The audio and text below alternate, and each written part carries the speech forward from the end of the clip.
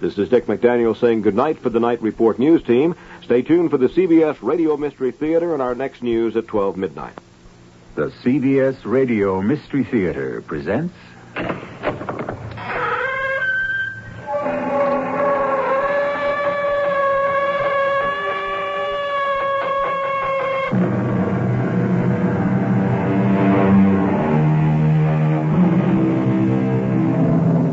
Come in.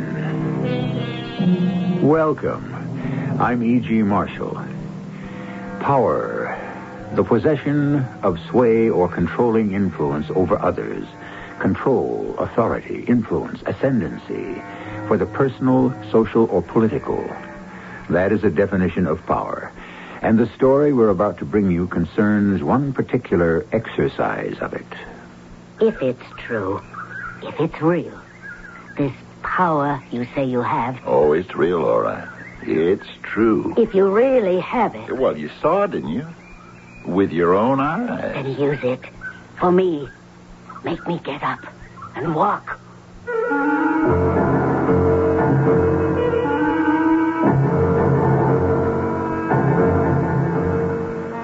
Our mystery drama, Star Saphire, was written especially for the Mystery Theater by Elspeth Eric and stars Fred Gwynne.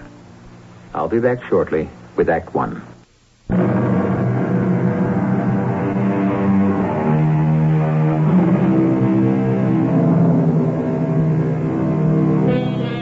Ask 100 people what they most desire in this world. They may tell you money or fame or even love. Any one of a number of conventional things that we're all supposed to be seeking. But if you persist and probe deep enough, you will find that most of them are concealing a voracious appetite for power. All else is only a means to attain it. Will you come into my office, Mr. Ferris? Thank you, ma'am. Please sit down. Thank you, ma'am. I'm Helen Riley. Ms. Riley. I'm the acting head of the Foundling Home. They told me. The regular head of the Foundling Home is at home. She's ill. Oh, nothing serious, I hope. Well, we all hope for the best. Now, Mr. Ferris, I'm told you and your wife wish to adopt a child. Yes, ma'am. Well, forgive my candor, but, how old are you, Mr. Ferris? 52. And your wife? The same. Well, aren't you both a little beyond the age thought proper for taking on the responsibilities of a child? Well, we got a nice home. Oh, well, I'm sure you have. We live out in the country. I'm a truck farmer. The house belonged to my father. My wife and I moved into it when we got married, and we've lived there ever since. I've kept it in good repair. There's a church about 5-6 miles down the road, and Bessie and I attend regularly. Oh, well, I've been told nothing but the best about both you and Mrs. Ferris. But to take a little child into your home... we wasn't thinking of a little child. Oh? We was thinking more of a young girl, 16, 17, somewhere in there. I see. I've always heard it's the older children that have a hard time finding a good home. Well, yes, that's true, but... And someone about that age would be company for my wife. You see, Bessie's an invalid, more or less. Well, now, Mr. Ferris, we've had requests like yours before, and they often haven't worked out. Well, people have been willing and, in fact, anxious to take a young person into their homes and make servants out of them. Unpaid servants. Oh, we got no such idea as that. But my Bessie may be in a wheelchair, but she gets around right smart. She's done all the housework, cleaning and cooking ever since she had her stroke. And that was 10 years ago. She don't like the idea of anybody laying a hand to anything. Well, then why would you want to adopt a child? Because I worry about Bessie. You see, I work from sunup to sundown, and Bessie's alone in the house. Besides, we need somebody to leave the farm to. A girl of 16, 17, she could inherit. And she'd be about the same age of whatever child we might have had if the Lord had seen fit to so bless us. Well, I don't know. Isn't it better than living here in an institution? Seems to me a place like this isn't much better than being in jail. No offense to you, ma'am, of Of course. Would you like to see the children? Oh, I don't need to. I already know the one I want. Oh, you do? I've seen her other times when I was here. I talked to her a little bit. Her name's Edna. Oh, yes. Edna Kelly. I saw her today. She's out front raking leaves. Well, now, suppose we ask her to come in here, and we'll talk about your plan. See how she feels about it. Oh, she'll like the idea. You've talked to her? Just in a roundabout way. Nothing definite. Well, excuse me a minute. Certainly. Would you ask Edna Kelly to come into my office? Would you? She's raking the front lawn. I think, Mr. Ferris, that we'd best not rush into an adoption. If you want to take Edna home for a trial period, and if she wants to go with you, and if your wife approves, well, then perhaps we can work things out. Now, I don't want to stand in the girl's way. She's been institutionalized for so long, her entire life. Well, no one ever wanted to adopt her. You see, she has a slight deformity. Her left hip, I suppose you noticed. It makes no difference. Maybe we could have it fixed. Well, that would be wonderful. And, of course, she's never been a pretty child. Oh, makes me no never mind. Oh, come in, Edna. Edna, dear, It's Mr. Ferris. Oh, have you come to take me home with you, Mr. Ferris?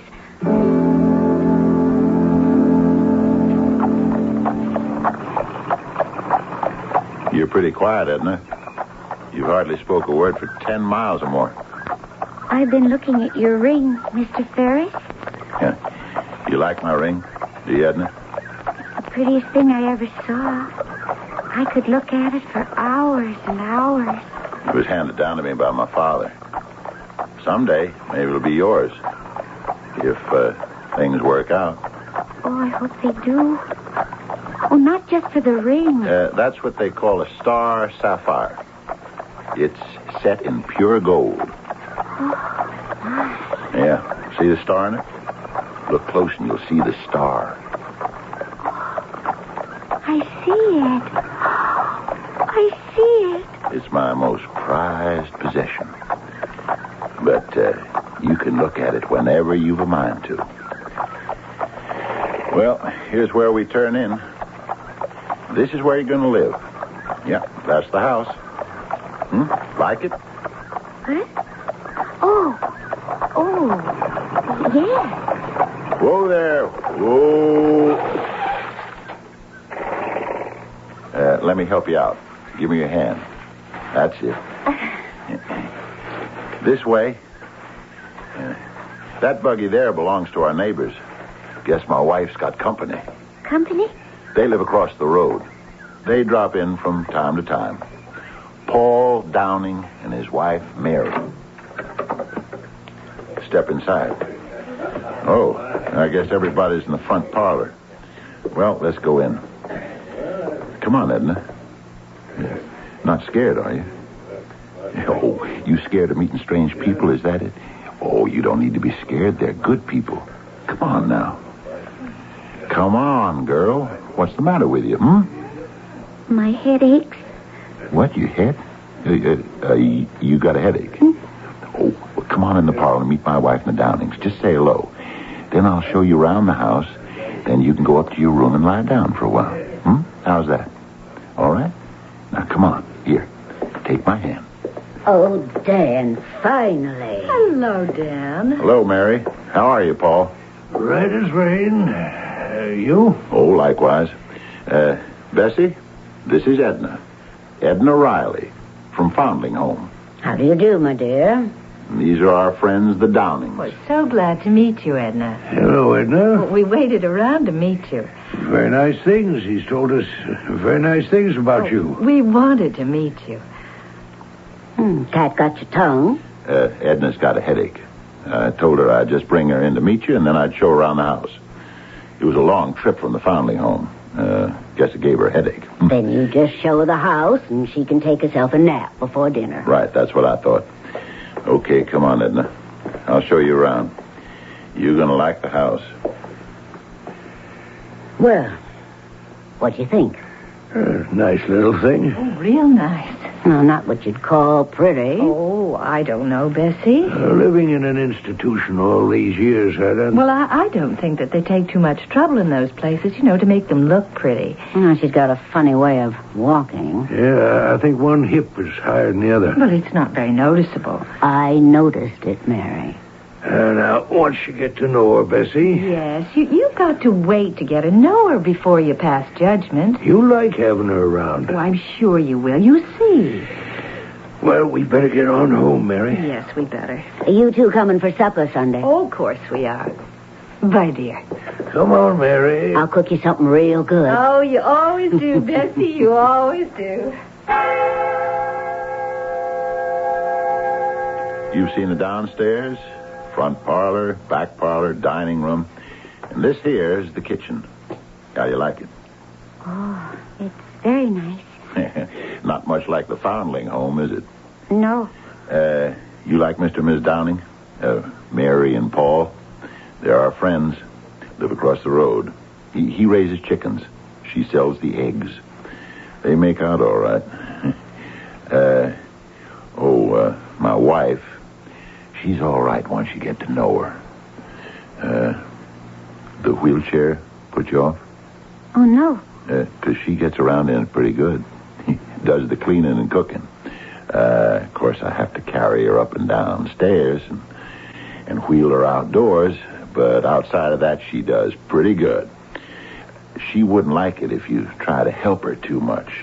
As a matter of fact, I'd wait for her to ask you, okay? That'd be the best way. All right. You know how to work a coal stove? Do you? What? Your headache bothering you still? Is it? Maybe we'd better... what are you looking at? Your ring. Oh, my ring, my star sapphire. You like it, don't you? Oh, yes. Yeah, you like it a lot, I can tell. Well, just keep looking at it, Edna. Look right into its heart. Look right into the star. That's it. Keep looking. Keep looking.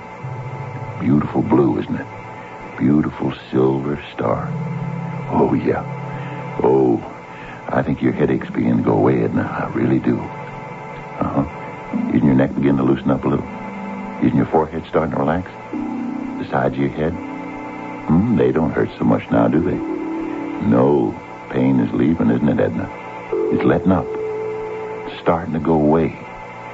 Your whole head is clearing up. There's no pain any place, is there anymore? No pain at all. Pain's all gone.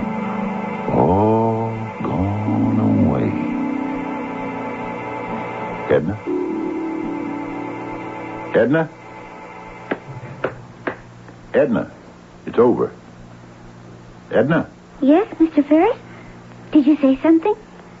How does your head feel? Well, it feels fine.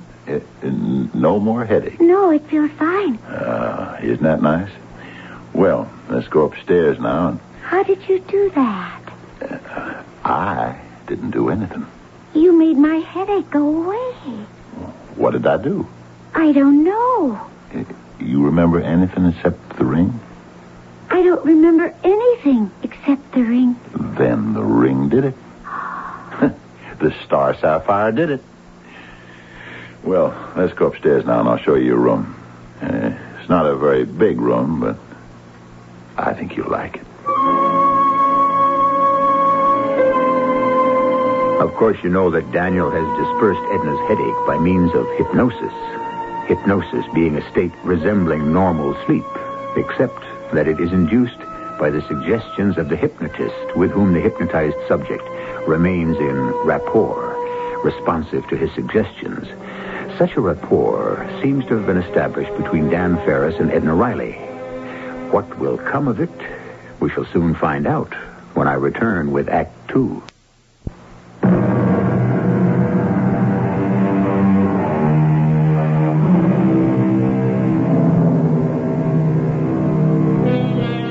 To tell you a bit more about the phenomenon of hypnosis, Anesthesia, blindness, hallucinations, and paralysis may be induced by suggestion in the hypnotic state.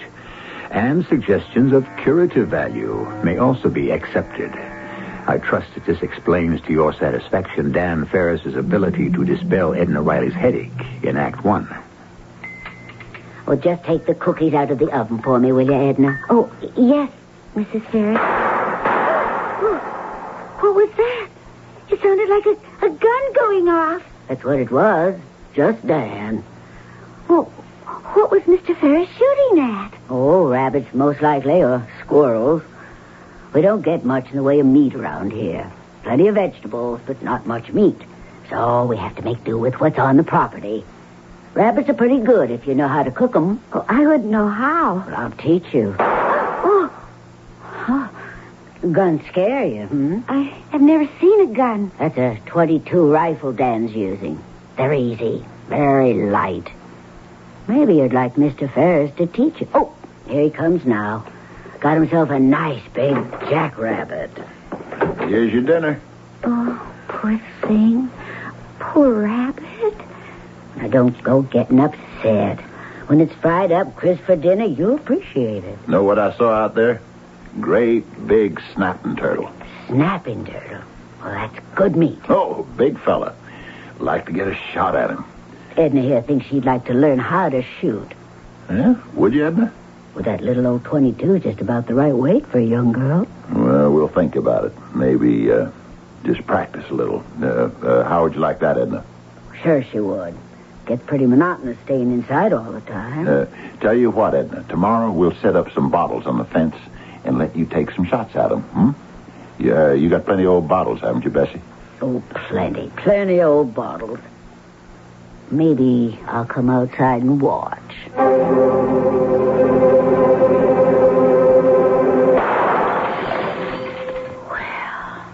I'll be tarred and feathered. Morning, Bessie. Getting yourself a bit of sunshine? What's in them? Who's that? Dan, that girl, that Edna. You see him? What are they doing? Shooting bottles off the fence?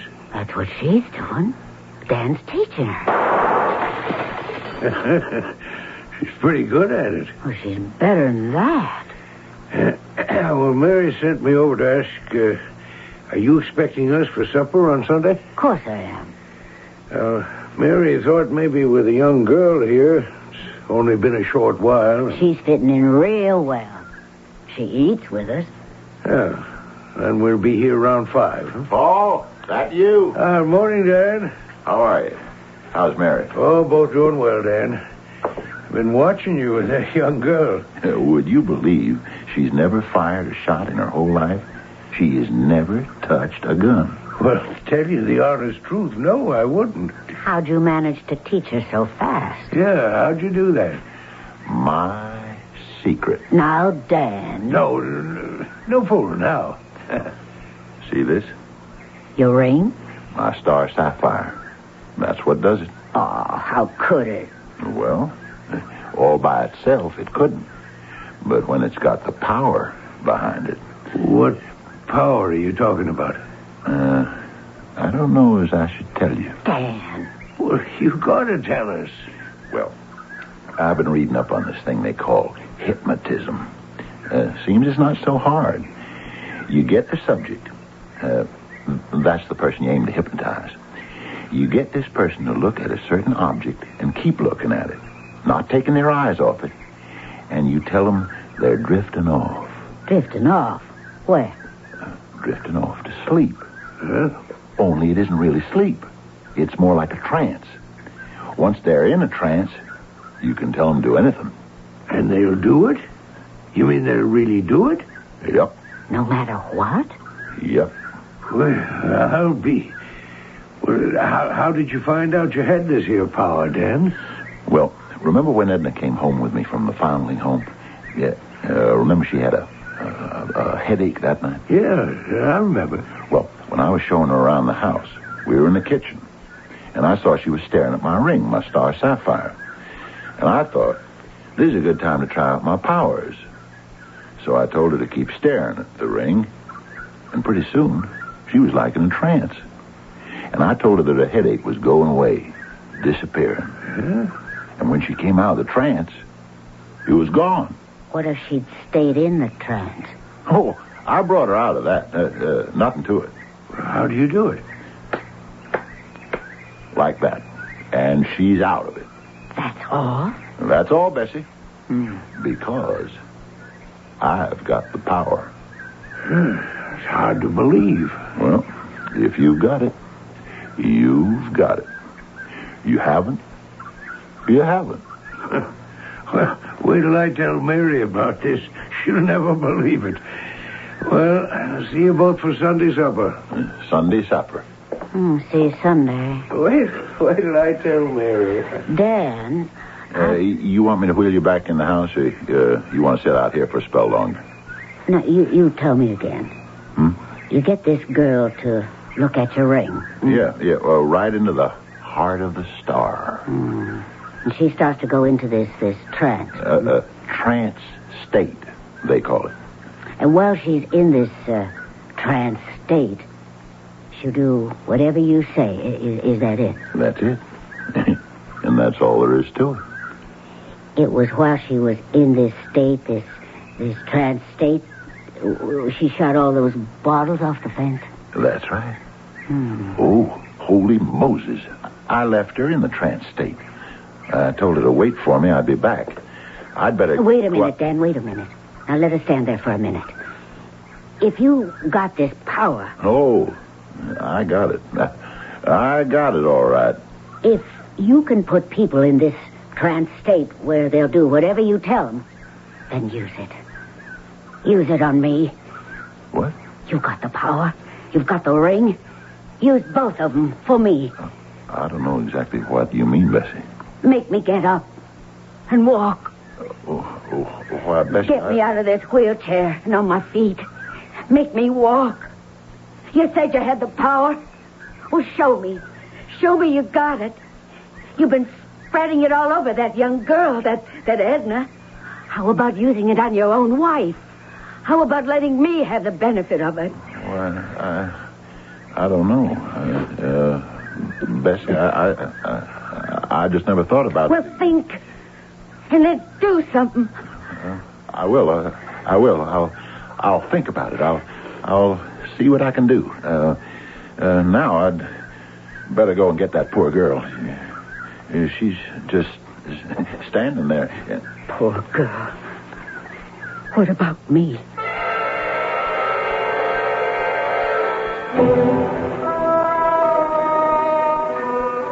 My gracious, Bessie, that was a delicious repast. Delicious. So glad you enjoyed it. Oh, what was the meat course, Bessie? Would you mind telling me? Oh, that was southern fried snapping turtle. Turtle? Snapping turtle. Well, I never. Tasted like chicken, only better. Edna shot that snapping turtle. What? You don't mean that. Put a bullet right through its head. Oh, now, Dan. Didn't you, Edna? What's that, Mr. Ferris? Didn't you bring down that snapping turtle that we just had for supper? Did I, Mr. Ferris? Oh, Mrs. Downing, may I take your plate if you're finished with your pie? Thank you. Why don't we all adjourn now to the front parlor, shall we? Edna will finish clearing the dishes. Bessie, did Edna shoot down that snapping turtle or didn't she? Dan says she did. I wasn't there. I don't know. Dan, is it true that Edna shot that snapping turtle? Absolutely. Sit down, everybody, and make yourselves comfortable. You're not expecting us to believe that slip of a girl shot that turtle, are you, Dan? A girl who never handled a rifle till a few days back? Yeah, nevertheless, that's what she did. Shot him right through the head. Dan, Paul told me... He said that you had some sort of power over this girl. He says you taught her how to shoot bottles off a fence. Didn't teach her. Told her. The same with the turtle? That's right. That's awfully hard to believe, Dan. And nevertheless, it's the truth. But what kind of power is it to make her do such a thing? Hypnotic power. He uses his ring. Yeah, see? Oh. This ring. My star sapphire. She goes into a hypnotic trance. And after that, whatever I tell her to do, She does. Well, that's awfully hard to swallow, Dan. You don't believe me? Well, I'd like to, but You think I can't do it? That I don't have the power? Well, you just sit right there and I'll show you. Edna? Edna, come in here. Come in the parlor. Oh, I didn't mean to rile him, Bessie. Wait and see. Step right in here, my girl. We're going to play our little game. All right? Now, you stand right there and I'll stand right here. Yeah, that's it. Now, Edna, feast your eyes on my ring. Feast them, yeah. Look long and deep into its azure depths. Lose yourself, Edna, in the heart of its silver star. That's it, my girl. That's it. That is it. Now, Edna, I'm going to tell you what you must do. Listen carefully, my dear, and I'll tell you what you are to do. You are to remove your clothes. What? Yes, that's right. I said you are to remove your clothes. First your dress. Yes, my dear, that's it. Unbutton it and lift it over your head. Just so. Dan, I think you better stop. Be quiet. Now your chemise, my dear. Remove your chemise. No, stop it. This is disgraceful. Well, Dan, you can't do this. Stay away from me, Paul. Paul, don't let him. You want to see my power? Well, now you're going to see it. Go on, Edna. Raise it over your head. Stop him. Stop him, Paul. I'm sorry, Dan. I had to hit you. We couldn't let you go on. But you saw my power, didn't you? Huh? You saw it, all of you. You saw my power. What Mary and Paul and Bessie saw, or what you saw, was the effect of post-hypnotic suggestion. When the susceptible young Edna wakens from a hypnotic trance, she will remember nothing of what she was asked to do. But this will not keep her from carrying out Dan's requests. I'll be back shortly with our final act.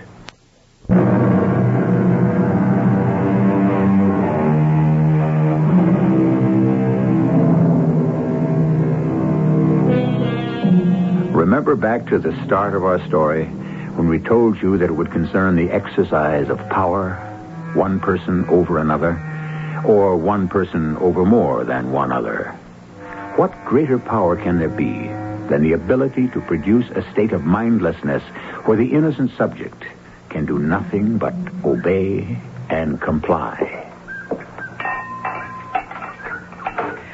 Paul, I brought the lemonade out on the front porch. Fine, Mary. Oh, it's a beautiful day. I'll be right there. Dan and Bessie are home from church. Oh, Edna's with them. I know. I saw from the window. Oh, I'm so ashamed we stayed away from church. Well, we go to prayer meeting tonight. I just couldn't face the Ferrises after last Sunday. I couldn't face Edna either. Oh, I don't suppose she remembers. Dan says she doesn't remember anything she does when she's, you know, like that. Under the spell. Oh, whatever it is. Well, she didn't act like she remembered shooting that turtle. I certainly hope and pray she doesn't remember starting to take her clothes off in front of us all. You don't suppose that Dan... Dan, what? What were you going to say? Oh, no. He wouldn't do that. Dan wouldn't do anything like that, no. Oh, no. Well, if I catch your meaning... No, he wouldn't do anything like that. Oh, no, he's too fond of Bessie. Well, he wouldn't do anything like that. I mean, in her own house? We supposed to go over there for supper tonight? I haven't the slightest idea. We always do. It's a regular thing. I haven't talked to Bessie all week. Oh, I waved to her across the road a few times when she was sitting outside in her wheelchair. Uh-huh. She waved back? Oh, yes. Just like nothing had happened. Matter of fact, she waved first. So, of course, I waved back. But we didn't speak. It's just as well. I wouldn't have known what to say. Makes you darned uncomfortable. They've been good neighbors. Paul, did you notice last Sunday when Dan cast that spell over Edna, told her to take her clothes off? Did you notice that Bessie didn't seem to mind at all? Oh, she must have minded. She didn't say a word. She just sat there. Probably too shocked to say anything. Well, I certainly said something. Huh, so did you. I did more than say something. You knocked him down. I'm glad you did that. Somebody had to do something. Oh, look. Dan and Bessie are coming out of the house. Probably he's going to wheel her out on the lawn to get some sun. They're stopping to talk. Huh. What wouldn't you give to know what they're saying? Mary and Paul are sitting out in their front porch. Never mind about them. Looks like they're having lemonade or something. Yeah. Would you like me to make you some lemonade? Or I'll ask Edna. I don't want any lemonade. Mary and Paul didn't come to church. I suppose you noticed. I wonder why. I know. I never should have played that little game. You call that a game? Well, it is, kind of. I just wanted to show them that I could do it, that I had the power. I wanted to show you. You have the power, all right. I know I shouldn't have done what I did. Paul was right to knock me down. I'm glad he did it. Maybe one of these days I'll walk over there and apologize to both of them. Tell them I'm sorry. You haven't even apologized to me. Haven't I? I thought I hadn't. Well, I do now. I'm really sorry, Bessie, for what I did. He was wrong of me. I know that. I didn't know it then, but I know it now. Oh, never mind all that palaver. I'd apologize to Edna, too, but she doesn't remember any of it. Well, that's a blessing. Yes, it is. It really is. Well, how'll it be if I wheel you out in the lawn? Nice bright sun. How about me putting your chair under the big elm tree? Would you like that? I'll tell you what I'd like, Dan. Yes? Well, what would you like, Bessie? Rather go out and back? What I'd like is what I told you before. I'd like for you to use this power you've got on me. I want to walk, Dan. I want to hoist myself out of this wheelchair and walk. Well, now, Bessie, You can do it, Dan. You know you can do it. If you can do it to that girl, you can do it for me. Not necessarily. You in the ring. You and the star Sapphire. You can do it, Dan. Then I'll be up and about. My old self. If we can send that young girl packing. Do it, Dan. Do it. The thing is, Bessie, I don't know if you're a good subject. I'm your wife. That's just it. You might resist me on account of being my wife. We know each other too well. But that ought to help. And another thing, you're a very intelligent woman. You've got a good mind, a strong mind. Edna, now, she's just a poor ignorant kid. She's got no brains to speak of. Well, not like you. I don't care. I want you to try. Well, we'll see. Now I'm going to wheel you down under the big elm tree. Will you try? Maybe I will. We'll talk about it. He's wheeling her down toward the big elm tree. Bessie loves to sit there. Yeah. She can wave at the people going past on the road.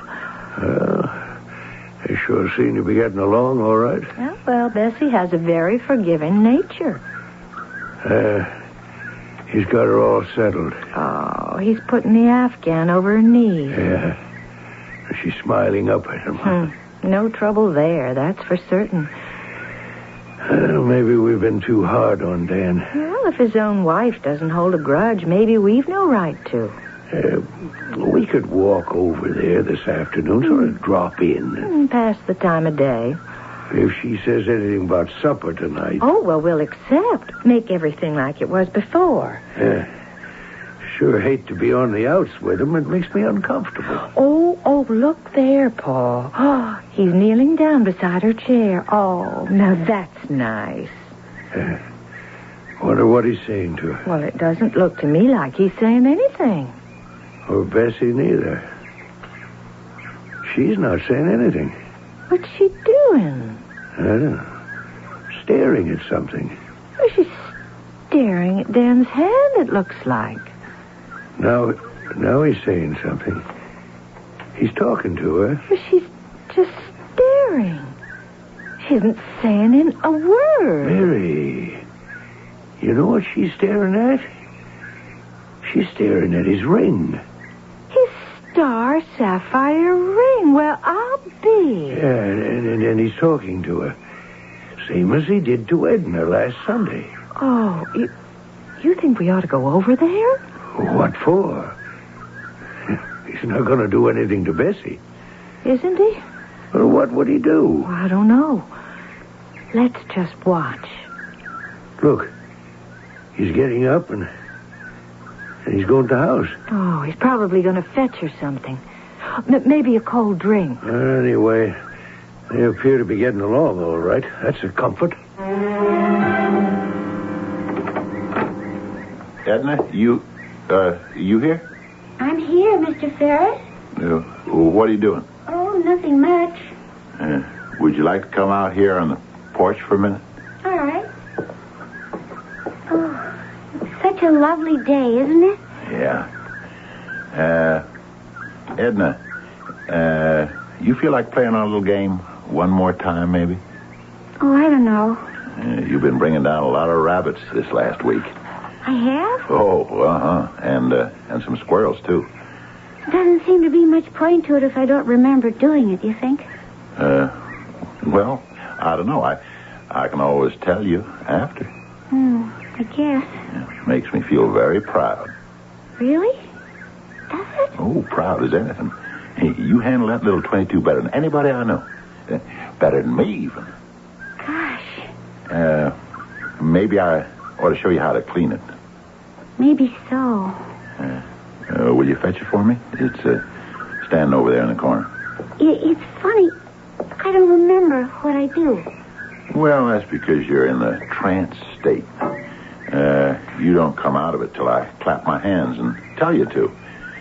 There. Okay, now, let me show you about this rifle. All right. No, Edna, before I do that, let's play our little game just one more time. All right? If you say so. Okay. Now, let me just test my power one more time. Look deep into the ring. That's it. Keep on looking. That's right. At the blue of the sapphire. Look deep into the star.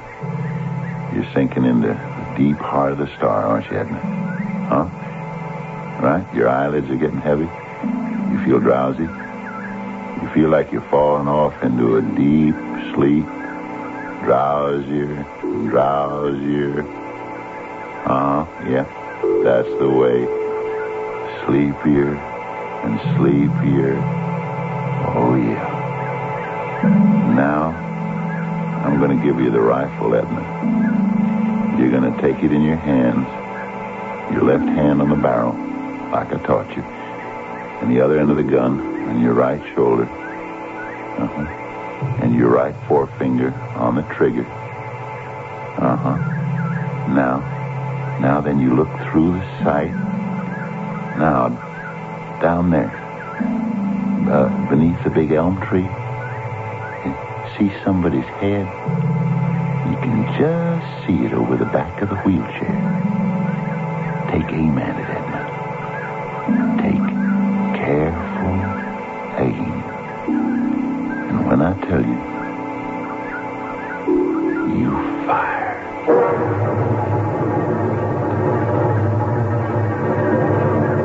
Now he's got Edna out on the porch. They're talking together. He's doing the talking. She's getting the 22. She's giving it to him. Oh, I hope he doesn't take her out shooting rabbits again. They've been doing it all week. That gun going off all day. Oh, drives me crazy. He sure spends a lot of time with that girl. Now, Paul, we weren't going to scandalmonger. I didn't necessarily mean anything like that. As long as Bessie is content. Well, she seems to be. Oh, look at her, sitting under that old elm. I think she's content. Lonely, maybe, but she seems happy. What do you say we go over there and keep her company? Say we're sorry for neglecting her this past week. Huh? Sort of make things up between us and them. Oh, yeah, let's do that. Paul's got Edna hoisting the gun to her shoulder. If I hear one more shot this week, I swear I'll scream. She's sighting it. Oh, come on, let's hurry up, Paul. Funny to be taking a shot from the front porch. Maybe a rabbit in the front yard. A squirrel, maybe. Or a chipmunk.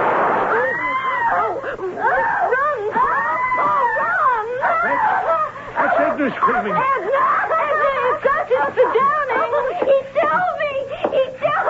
He said, do it. Oh, we're here, Edna, we're here, honey. We're here. Good Lord. He said, take the gun and point it at her head. I remember. He said, look right there. You can see it just behind the back of the chair. He said, point the gun straight at it. And when I tell you to, you fire. And I did. I remember I did it. I did it. No, you didn't, Edna. I did. Oh. I aimed the gun at her head. And then he said, now fire. And I did. I fired. You fired at Mr. Ferris, Edna. Mr. Ferris? That's not what he told me to do. What he told you to do, Edna, you couldn't do. When it came right down to cases, you couldn't do it. You just couldn't. Now, I'm going to take you to our house, Edna. I'm going to make you a cup of tea, and I'm going to let you lie down for a while. I guess I got to call the sheriff. Yes, I guess you do. You go on inside and call him, and I'll take Edna home with me. Wait a second. What is it? There's one thing we got to do first. Either you or me has got to do it. What's that? Tell Bessie her husband's dead.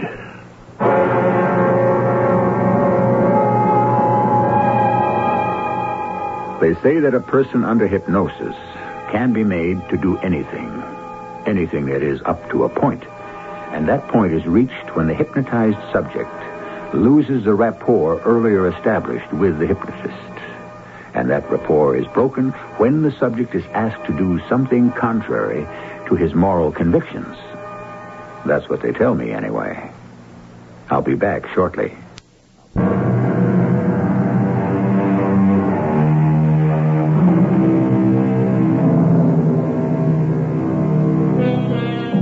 Very susceptible subjects who have been frequently hypnotized may spontaneously drop into self-hypnosis without the agency of any hypnotist at all. For my own part, I intend to have nothing whatsoever to do with hypnotism. Were I to hypnotize myself, who knows what I might tell myself to do? Our cast included Fred Gwynn, Carol Teitel, E.V. Juster, and Court Benson. The entire production was under the direction of Hyman Brown. This is E.G. Marshall inviting you to return to our Mystery Theater for another adventure in the macabre. Until next time, pleasant dreams.